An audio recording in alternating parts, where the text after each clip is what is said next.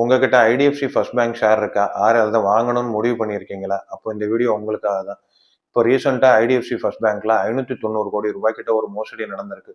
Haryana கவர்மெண்ட்டுக்கும் IDFC first பேங்குக்கும் நடந்த இந்த பிரச்சனையை ஐடிஎஃப்சி ஃபர்ஸ்ட் பேங்க் எப்படி இதை சரி பண்ணாங்க, இதை இந்த வீடியோவில் ஃபுல்லாக டீட்டெயிலாக பார்க்கலாம். Welcome back to views of Maniram.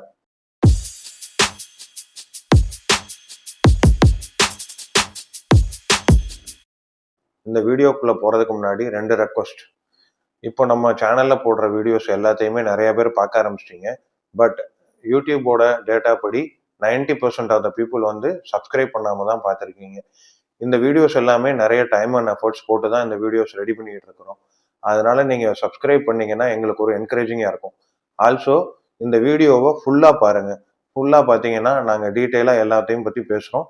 So உங்களுக்கு இந்த வீடியோவோட முடிவில் நீங்கள் என்ன முடிவெடுக்கலாங்கிறது உங்களுக்கு கிளியராக இருக்கும். இந்த மோசடி ஒரு நாள்ல எல்லாம் நடக்கலைங்க. ரொம்ப நாள் முன்னாடியே இது ரொம்ப தெளிவாக பிளான் பண்ணி இது பேங்க்குள்ளே இருக்கிறவங்களே சேர்ந்து பிளான் பண்ணி தாங்க அதை பண்ணியிருக்காங்க. இது ஒரு தெளிவான இன்சைட் ஜாபுங்க. இன்சைட் ஜாப்னா ஒரு கூட்டு சதி. ஓகேங்களா? ஜனவரி 2006 ஹரியானா கவர்மெண்ட் என்ன பண்ணியிருக்காங்கன்னா, அவங்க கிட்ட ஐடிஎஃப்சி பேங்க்ல இருக்கிற ஒரு அக்கௌண்ட்டை க்ளோஸ் பண்ண முயற்சி பண்ணியிருக்காங்க. அப்போ முயற்சி பண்ணும்போது பார்த்தீங்கன்னா, அவங்களோட ஸ்டேட்மெண்ட்ல இருக்கிற நம்பர்ஸும் பேங்கோட சைட்ல இருக்கிற நம்பர்ஸுக்கும் நிறைய டிஃபரன்ஸ் இருக்கு. உடனே சந்தேகப்பட்ட ஹரியானா கவர்மெண்ட் என்ன பண்ணியிருக்காங்கன்னா, ஏசிபி ஆன்டி கரப்ஷன் பியூரோக்கு ஒரு ஆர்டர் போட்டிருக்காங்க. உடனே அதை என்னன்னு செக் பண்ணுங்க அப்படின்னு சொல்லிட்டு. லாஸ்ட் சண்டே பிப்ரவரி 22 ஐடிஎஃப்சி ஃபர்ஸ்ட் பேங்க் சைட்ல இருந்து ஒரு ஸ்டேட்மெண்ட் கொடுத்துருக்காங்க.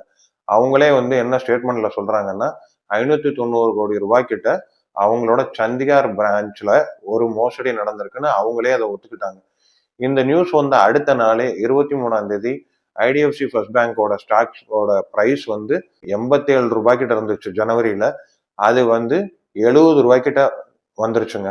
இந்த மோசடியை வெளியில இருந்து யாரும் ஒரு ஹேக்கிங்கோ சைபர் அட்டாக் மூலமோ எதுவும் பண்ணலைங்க. 6 மாசத்துக்கு முன்னாடி ரிபவ் ரிஷின்னு ஒருத்தர் இந்த பிரான்ச்ல பிரான்ச் ஹெட்டா இருந்திருக்கிறாரு. அதே மாதிரி இன்னொருத்தர் அபயகுமார்னு ரிலேஷன்ஷிப் மேனேஜரா இருந்திருக்காரு. அவர் ஆகஸ்ட் வரைக்கும் வேலை பார்த்திருக்காருங்க. இவங்க 2 பேர் தான் இதோட பெரிய மாஸ்டர் மைண்டா இருந்திருக்கிறாங்க. ஸோ இந்த அபயகுமாரோட ஒய்ஃப் அண்ட் அவங்க தம்பி, அவங்களோட பேர் சுவாதி சிங்லா, அபிஷேக் சிங்லா.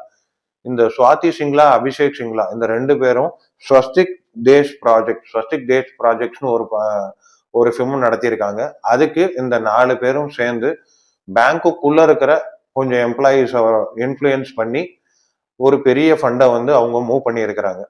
இப்போ இந்த 4 பேரையும் அரெஸ்ட் பண்ணிட்டாங்க. அதே மாதிரி பேங்க்குள்ள இருந்து ஹெல்ப் பண்ண அந்த 4 பேரையும் பேங்க் இப்ப சஸ்பெண்டும் பண்ணிட்டாங்க. இதுக்கு அப்புறம் தாங்க ரொம்ப முக்கியமான விஷயம். இதுக்கு அடுத்த நாளே ஐடிஎஃப்சி ஃபர்ஸ்ட் பேங்க் என்ன பண்றாங்கன்னா, அந்த பிரின்சிபல் அமௌண்ட்டோட இன்ட்ரெஸ்டையும் சேர்த்து வட்டியும் முதலுமா சேர்த்து 583 கோடி ரூபாய் ஹரியானா கவர்மெண்ட்டுக்கு இமீடியட்டா செட்டில் பண்ணிட்டாங்க. இதுல ரொம்ப நோட் பண்ண வேண்டிய விஷயம் என்னன்னா, இந்த 583 கோடி ரூபாங்கிறது இந்த பேங்கோட போன குவார்டரோட ப்ராஃபிட்டோட அதிகங்க. கிட்டத்தட்ட ஒரு 80 கோடி ரூபாய் அதிகம். ஹரியானா சீஃப் மினிஸ்டரோட ஸ்டேட்மெண்ட் படி பார்த்தா இஷ்யூ நடந்த 24 மணி நேரத்திலேயே அவங்களுக்கு ஃபண்டு திரும்ப வந்துருச்சு. பேங்க்குங்கிறது ஒரு நம்பிக்கை சம்பந்தப்பட்ட விஷயங்க. இந்த மாதிரி சில விஷயங்கள்லாம் நடக்கும்போது பேங்க் மேல இருக்கிற நம்பிக்கையே கொஞ்சம் அடிபட ஆரம்பிச்சிடும். பட் ஐடிஎஃப்சி பேங்க் இமீடியட்டா இந்த மாதிரி பணத்தை ரீஃபண்ட் பண்ணிட்டு எல்லா லீடிங் நியூஸ் பேப்பர்ஸ்லயும் ஒரு ஆடு கொடுத்துருக்காங்க. ஃபுல் பேஜ் ஆடு.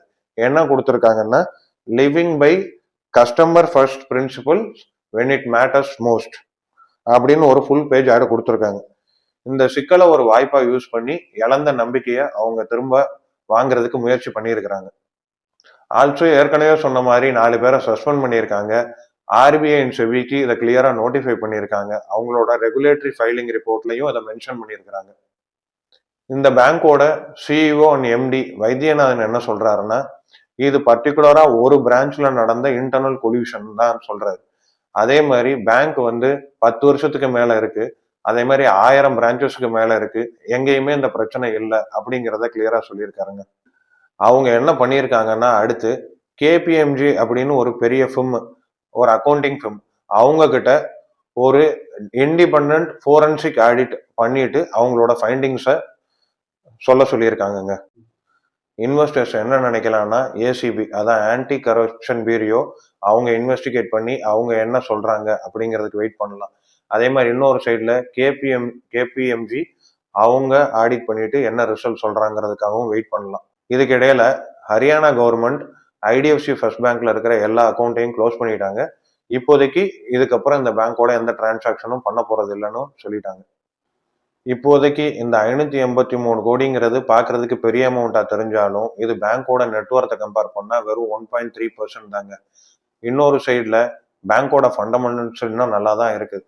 இந்த பேங்கோட கேபிட்டல் அடிக்யூசி ரேஷியோ ரொம்ப நல்லா இருக்கு, 16% மேல இருக்கு.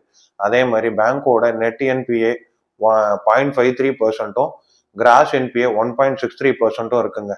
590 கோடிங்கிறது ஒரு குவார்டர் ப்ராஃபிட்டோட அதிகமா இருக்கிறதுனால இது ஒரு வருஷத்தோட ப்ராஃபிட்ல 20% 25% வரைக்கும் பாதிக்குங்க. அது போக ஹேக்கிங் இல்லாம, சைபர் அட்டாக் இல்லாம இந்த மாதிரி நடந்தது. இந்த பேங்குக்குள்ள ஏதோ லூப் ஹோல்ஸ் இருக்குங்கிற மாதிரி இருக்கு. ஆனா பர்டிகுலரா ஒரு பிரான்ச்ல தான் இது நடந்திருக்கு. ஆனா டிஃபென்சிவ் மோட்ல இருக்காம இமிடியேட்டா ஃபண்டை ஹரியானா கவர்மெண்ட் கொடுத்தது ரொம்ப நல்ல விஷயங்க. ஒரு கம்பேரிசனுக்கு ஐடிஎஃப்சி ஃபர்ஸ்ட் பேங்கை எஸ் பேங்கோட கம்பேர் பண்ணி பார்ப்போங்க. இப்போ எஸ் பேங்கோட பிஸ்னஸ் மாடலும் ஐடிஎஃப்சி ஃபர்ஸ்ட் பேங்கோட பிஸ்னஸ் மாடலுமே டிஃப்ரெண்ட்டுங்க. இப்போ எஸ் பேங்க்ல என்ன பிரச்சனை நடந்துச்சுன்னா அதில் மேனேஜ்மெண்ட்லேயே பிரச்சனை, நிறைய பேட் லோன்ஸ், நிறைய என்பிஏ. அது ஒரு கட்டத்தில் எங்கே போணுச்சுன்னா அந்த பேங்கோட ஃபார்மர் சிஇஓ ராணா கபூர் மேலே நிறைய ஃப்ராடுலண்ட் லோன்ஸ் அப்ரூவ் பண்ணாரு அப்படின்னு சொல்லி அவர் மேலே கேஸ்லாம் நடந்து அவர் கடைசி ஜெயிலுக்கெல்லாம் போனாருங்க. இந்த பிரச்சனை ரொம்ப பெருசானதுக்கப்புறம் ஆர்பிஐ தலையிட்டு 2020 இருந்தே பிரச்சனை ஆரம்பிச்சிருச்சு. அதுக்கப்புறம் ஆர்பிஐ தலையிட்டு அதுக்கப்புறம் நிறைய பேங்க்ஸை உள்ள ஹெல்ப்புக்கு வர சொல்லி, like state bank, HDFC bank, ICICI bank, axis, Kotak Mahindra, இவங்க எல்லாரும் ஒரு பெரிய பணம் 10,000 கோடி கிட்ட அவங்க இன்வெஸ்ட் பண்ணி இந்த பேங்கை காப்பாத்தினாங்க. அதே மாதிரி செபியும் அவங்க சைடில் என்ன பண்ணாங்கன்னா, ஸ்டாக்கை யாரெல்லாம் எஸ் பேங்க் ஸ்டாக் யாரெல்லாம் வச்சிருக்காங்களோ அந்த ஸ்டாக்கை விற்க முடியாது, 3 வருஷம் விற்க முடியாதுங்கிற மாதிரி சம் லாக்இன் பீரியட்லாம் கொண்டு வந்தாங்க. ஸோ இவ்வளவும் பண்ணி எஸ் பேங்கை காப்பாத்தினாங்க. இந்த பிரச்சனை ஆரம்பிச்சது எஸ் பேங்க்ல 2020 ஜூன் 2022 12 ரூபாய்க்கிட்ட ட்ரேட் ஆகிட்டு இருந்துச்சுங்க. அதுக்கப்புறம் பிப்ரவரி 2024 31 ரூபாய்க்கிட்ட போயிட்டு இப்போ 20 ரூபாய்க்கிட்ட ட்ரேட் ஆகிட்டு இருக்கு. ஸோ அந்த லெவல்ல உள்ள போயிட்டு வெளில வந்தவங்க இப்போ கூட ஓரளவு ப்ராஃபிட்ல தான் இருப்பாங்க. ஆனா உங்களுக்கு ஒரு கேள்வி வரலாம், அப்ப நான் 2018 400 ரூபாய் எஸ் பேங்க் இருக்கும்போது நான் இன்வெஸ்ட் பண்ணியிருந்தா இப்ப நான் லாஸ்ட்ல தானே இருப்பேன் அப்படின்னு நீங்க கேட்கலாம். கண்டிப்பா நீங்க லாஸ்ட்ல தாங்க இருப்பீங்க. ஆனா எஸ் பேங்க்லயும் ஐடிஎஃப்சிலையும் நடக்கிறது ரெண்டுமே வேற வேறங்க. இப்ப ஐடிஎஃப்சி ஃபர்ஸ்ட் பேங்க்ல நடந்தது பாத்தீங்கன்னா அவங்களோட பிசினஸ் மாடல்ல எந்த பிரச்சனையும் இல்லை, அவங்க ஃபண்டமெண்டல்ஸ்லயும் எந்த பிரச்சனையும் இல்லை. அதே மாதிரி இது ஒரே ஒரு பிரான்ச்ல மட்டும்தான் நடந்திருக்கு, அதுவும் உள்ளுக்குள்ள இருந்தவங்க தான். அதுக்கு பேங்க் உடனே ஆக்ஷனும் எடுத்துட்டாங்க, அந்த எம்ப்ளாயிஸை சஸ்பெண்டும் பண்ணிட்டாங்க. அதே மாதிரி இதுக்கு முன்னாடி இருந்து வெளியில போய் பண்ணவங்கள அரெஸ்டும் பண்ணிட்டாங்க. ஆர்பிஐ செபிக்கு கிளியரா நோட்டிஃபை பண்ணிட்டாங்க, பணத்தையும் ஹரியானா கவர்மெண்ட்டுக்கு திரும்ப கொடுத்துட்டாங்க. ஆல்சோ இந்த பேங்கோட எம்டி அண்ட் சிஇஓ வைத்தியநாதனுக்கு ஒரு நல்ல ட்ராக் ரெக்கார்ட் இருக்குங்க. அவர் இதுக்கு முன்னாடி சிட்டி பேங்க், அதுக்கப்புறம் ஐசிஐசிஐ பேங்க்லயும் ஒர்க் பண்ணியிருக்காரு. ஆர்பிஐ சைட்ல இருந்து கவர்னரும் ஒரு ஸ்டேட்மெண்ட் என்ன கொடுத்துருக்கிறாருன்னா, நாங்க ஐடிஎஃப்சி ஃபர்ஸ்ட் பேங்க் பிரச்சனையே நாங்க பார்த்துட்டு தான் இருக்கிறோம், வேற எந்த பிரச்சனையும் இல்லை அப்படின்னு அவரும் ஒரு கிளாரிட்டி கொடுத்துருக்காருங்க. ஸோ ஃபைனலா நீங்க ஆல்ரெடி இன்வெஸ்ட் பண்ணியிருக்கிறீங்க அப்படின்னா பேனிக்ல செல் பண்ணாதீங்க. அந்த ஏசிபி அண்ட் கேபிஎம்ஜியோட ரிசல்ட்ஸ் என்ன வருதுங்கிறத நம்ம பார்த்துக்கலாம். நீங்க ஒரு லாங் டேர்ம் இன்வெஸ்டர், 3-5 வருஷம் என்னால வெயிட் பண்ண முடியும், இந்த பேங்க் மேல எனக்கு நம்பிக்கை இருக்கு, அவங்க எடுத்திருக்க ஆக்ஷன் மேலாம் எனக்கு நம்பிக்கை இருக்கு அப்படின்னா நீங்க தைரியமா வாங்குங்க. இல்ல எனக்கு இது மேல நம்பிக்கை இல்லை, எனக்கு வேற பிரான்ச்லயும் பிரச்சனை இருக்குமோ அப்படின்னு நீங்க நினைக்கிறீங்கன்னா வாங்காதீங்க, கையில வச்சிருந்தீங்கன்னா வித்துருங்க. ஐடிஎஃப்சி ஃபர்ஸ்ட் பேங்கை பத்தி எங்களோட வியூஸ் அண்ட் ஒப்பீனியன்ஸை நாங்க சொல்லிட்டோம். நீங்க ஐடிஎஃப்சி ஃபர்ஸ்ட் பேங்கை பத்தி நீங்க என்ன நினைக்கிறீங்க கமெண்ட்ஸ்ல சொல்லுங்க. தேங்க்ஸ் ஃபார் வாட்சிங் வியூஸ் ஆஃப் மணிராம். உங்களோட சஜஷன் ஒப்பீனியனை கமெண்ட்ல சொல்லுங்க. எந்த மாதிரி ஃபியூச்சர் வீடியோஸ் வேணுங்கிறதையும் நீங்க கமெண்ட்ல சொல்லுங்க. நாங்க அது சம்பந்தமான வீடியோஸும் ஃபியூச்சர்ல நாங்க பண்றோம். இந்த வீடியோ பிடிச்சிருந்தா லைக் பண்ணுங்க. இந்த கண்டென்ட் யூஸ்ஃபுல்லா இருக்குன்னு நினைக்கிறீங்கன்னா உங்க ஃப்ரெண்ட்ஸ் அண்ட் ஃபேமிலிக்கு ஷேர் பண்ணுங்க. இந்த மாதிரி ஃபினான்ஸ் ரிலேட்டட் கண்டென்ட் தொடர்ந்து பார்க்கணும்னா வியூஸ் ஆஃப் மணிராம்க்கு சப்ஸ்கிரைப் பண்ணுங்க. மறக்காம அந்த பெல் ஐக்கானை கிளிக் பண்ணுங்க. இன்னொரு வீடியோல சந்திப்போம். Happy investing.